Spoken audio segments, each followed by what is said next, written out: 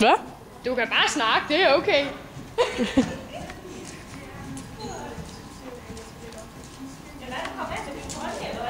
Nej, ikke endnu. Men jeg har i hvert fald en, der nok er meget interesseret. En lille bandit. Men jeg tror, man skal være rigtig hurtig med, hvis det er. Ja, det tror jeg også. Nu vil jeg fat i din far og sige, så om han skulle tage sig sådan.